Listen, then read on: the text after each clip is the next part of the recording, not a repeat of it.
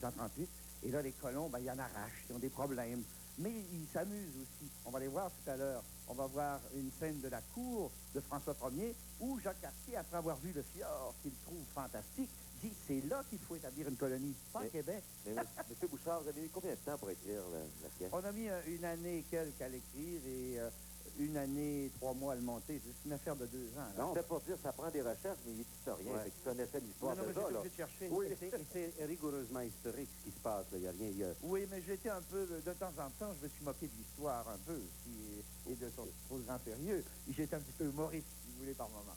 Mais vous allez voir que, par exemple, François Ier dit des grosses choses et Jacques Cartier lui dit qu'il veut s'installer sur le Saguenay et non pas à Québec. Ça n'a pas dû être facile de sélectionner à travers 2 heures et demie d'un spectacle continu les extraits qu'on voit ce soir. Puis il a fallu réajuster, j'imagine. C'est embêtant. Je dis au public, vous ne voyez que des petits aperçus ici et là, parce que.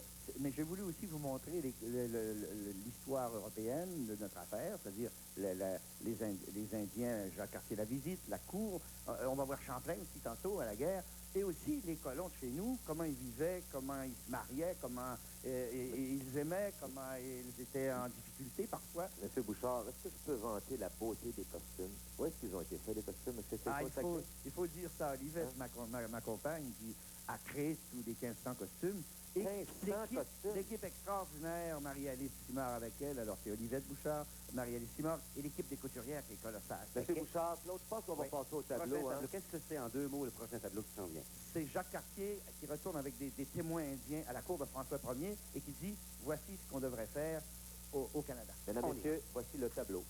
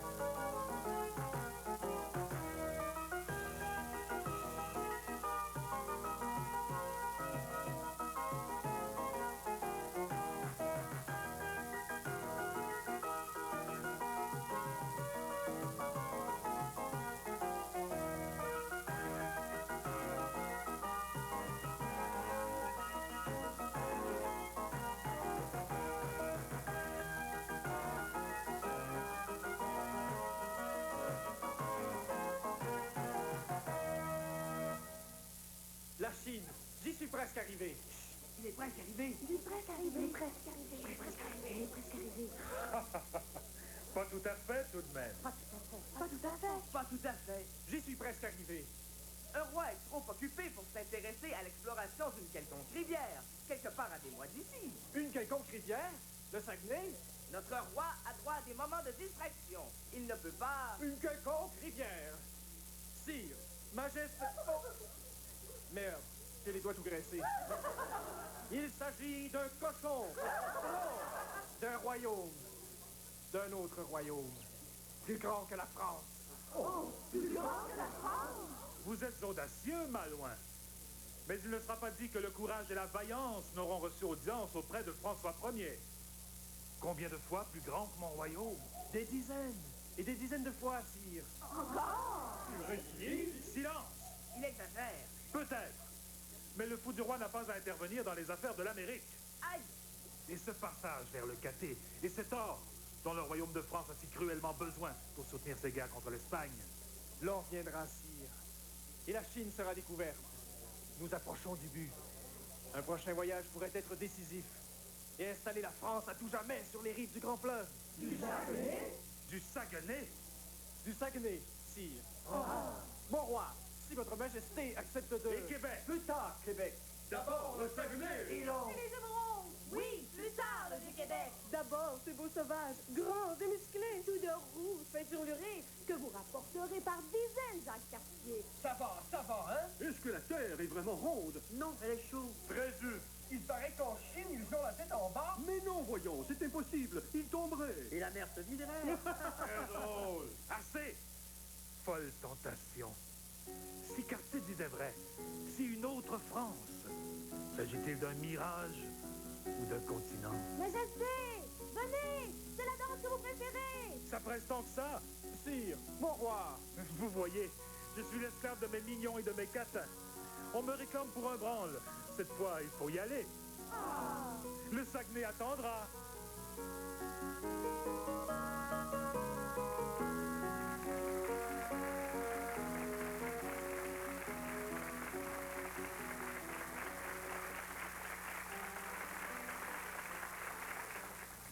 Julie, J'ai envie de vous en raconter une pas drôle. C'est bien connu, j'ai voyagé quasiment partout. J'ai parcouru les petits chemins, les bouts-de-rang isolés. J'ai été dans tous les raccoins.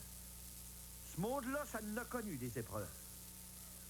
Je parle pas des mouches, des petits problèmes, des pédaleurs ou des bécosses en plein air. Non, je parle des vrais malheurs.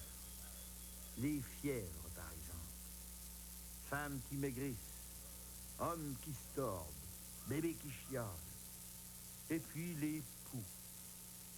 Surtout avant que les femmes arrivent, il y en a qui se lavaient pas de l'hiver. Tu comprends que le printemps venu, c'était plein de poux dans la cabane?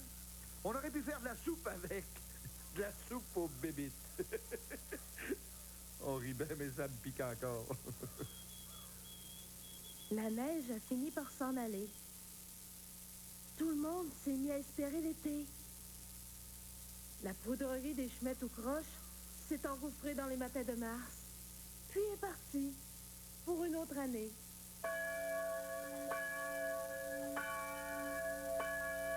Pâques! C'est Pâques! Faut faire nos Pâques! Faut faire vos Pâques, Joe Maquillon.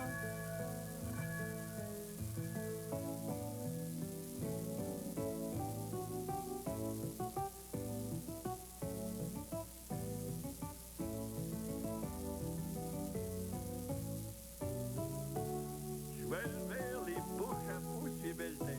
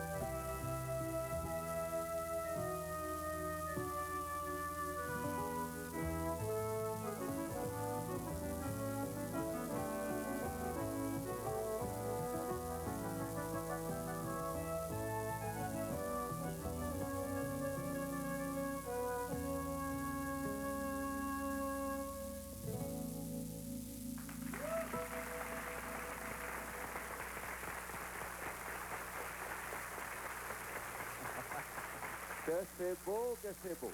Monsieur Bouchard, quel est le tableau qu'on vient de voir? Claude, est-ce que tu as un peu deviné? Oui, hein? Il a dit il faut faire nos Pâques. Oui, il faut faire nos Pâques.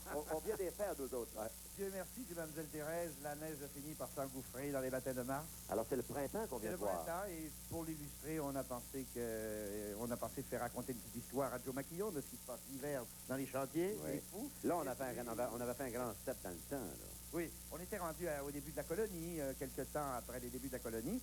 Et puis tout à coup, on voit rentrer nos bûcherons. Tout à l'heure, on va voir arriver les bûcherons qui prennent une espèce de concours, n'est-ce pas, de fier à bras, et puis qui vont nous donner une démonstration de leur... Il y avait à débarque dans ce temps-là. On coupait le bois l'hiver, ça la neige.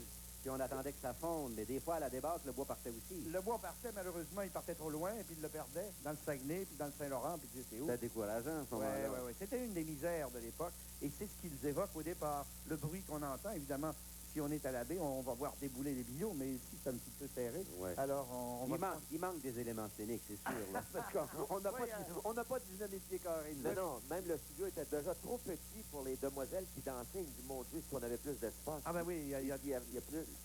Un peu plus tôt, plus grandiose. un peu plus tôt dans l'émission, Michel, tu as vu, il y avait Jacques Cartier qui était là. Oui. Sais-tu qui était Jacques Cartier? Non? C'est le fils de M. Bouchard. Un bon fils. C'est une histoire de famille. C'est une histoire de famille. Il y avait une réaction là, quand on a rentré les billots, là, puis les gens ont eu une réaction. C'est des vrais billots, hein? C'est pas fait en papier, hein?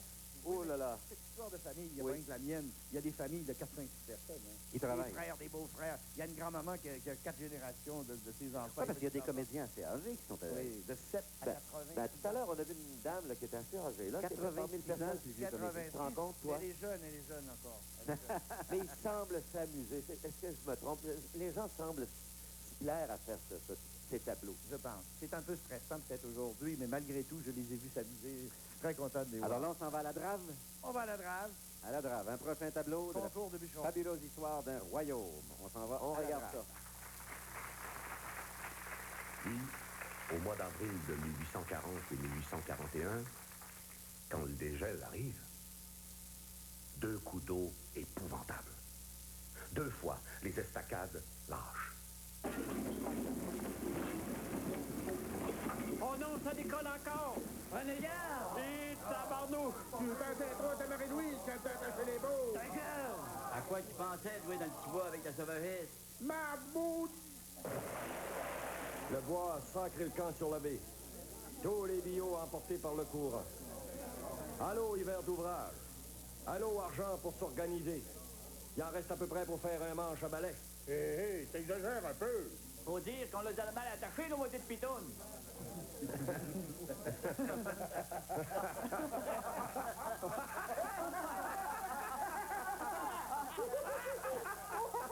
Allez, trouvez les autres, on recommence en eux! À dégage les pitounes! À dedans les billots!